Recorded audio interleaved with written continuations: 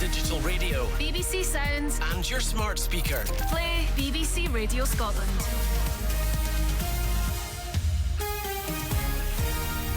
It is 24 minutes to 8 now, and you're listening to Thursday's Radio Scotland Breakfast. Lucy, Laura and Phil with you until 9 o'clock this morning. Now, we heard yesterday about the return of the Erasmus programme, and I asked the Scottish Secretary Douglas Alexander whether this might be one of many steps to take us closer to the EU. Well, we had the first EU-UK summit take place last May. That was where we saw a veterinary agreement, what's called an SPS agreement, agreed. It's where there were a number of other measures agreed. And we said at the time that was the first of a number of EU-UK summits that we would be hosting annually, and that negotiations would continue. So if we see the announcement of Erasmus today, it's another step in the right direction. It's further proof that after the chaos and the confusion and frankly just the damage that we saw from our Conservative predecessors. Remember Liz Truss, when she was asked, is President Macron a friend or a foe of the United Kingdom? She couldn't even answer that question. We went to work as a Labour government, rebuilding the personal relationships between the leadership, rebuilding trust between the United Kingdom and the European Union. And if we see the Erasmus announcement in the next few hours, it will be another step in the right direction towards rebuilding a constructive, positive relationship between the United Kingdom and our friends, partners and neighbours in Europe. That was Douglas Alexander talking to me just before the confirmation of this news. But how has the return of the scheme, which allows students and people in training to do an exchange with Europe, how's that been received by our neighbours? Well, Jamie Smith-Maillet is a journalist based in Paris and can tell us. Jamie, morning to you. Has there been much response in France, where I'm sure lots of UK students would love to go and study? Indeed. Yeah, well, interestingly enough here, this has been something that's been echoed around universities here in France and across Europe in the last while, the rumours in some ways that this announcement would come. And of course, the news then did come officially yesterday for the UK to rejoin the programme in 2027, which incidentally will be the 40th birthday of Erasmus, as it was born in 1987. So the news has been met widely, very positively in France and elsewhere in Europe, notably among university circles, as I was just saying there. And that's also because the UK has always been, looking at Erasmus statistics, one of the most favourite destinations for French students, but also European Union students heading into the UK. So what happened in 2020 with the exit of the programme is it was simply sort of shockwaves sent around Europe, as there were initial plans in post-Brexit negotiations to stay in the programme. Those talks fell flat. The UK exited the programme.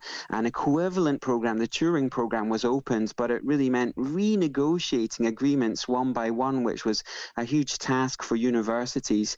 And so today, this news just yesterday of the programme of Erasmus returning is being seen as a huge success for European students. But in some ways, there's also a discussion of a sort of lost generation of students in some ways who've been unable to benefit from Erasmus over the past 5 years. So it was a reciprocal scheme, but it also had its critics, and one of them was around cost, wasn't it? I noticed that the Daily Telegraph front page this morning is going with £8 billion cost of EU student exchange. It says the PM won't say what long-term bill will be as he signs up.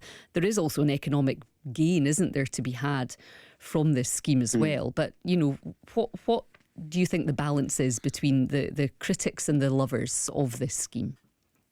Yeah, so the price tag being put on the scheme for 2027 of £570 million pounds, but Keir Starmer and the Labour government has also been insisting that this is with a 30% discount overall with negotiations with the EU that they had gone into on the scheme, and that's because the UK does receive overall more students than reciprocally they send to European partners.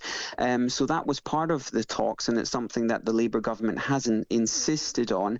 However, we have heard as well that indeed there are benefits to be brought from the UK. I was talking to a lecturer in languages and intercultural studies yesterday at Heriot-Watt University who told me as well of the benefits that languages and intercultural skills can bring simply to trade and to business in the UK. So arguments on that side of the sort of close loosening of ties with Europe that can also bring, and also just re-solidifying partnerships across the board.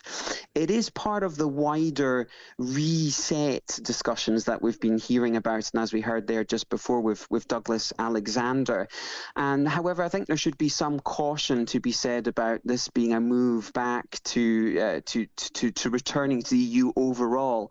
Ultimately, the Erasmus scheme is also a scheme which has partners outside the European Union. For instance, Turkey is a partner with the EU scheme, so it's in no way a part of a wider package issue of other EU areas of policy.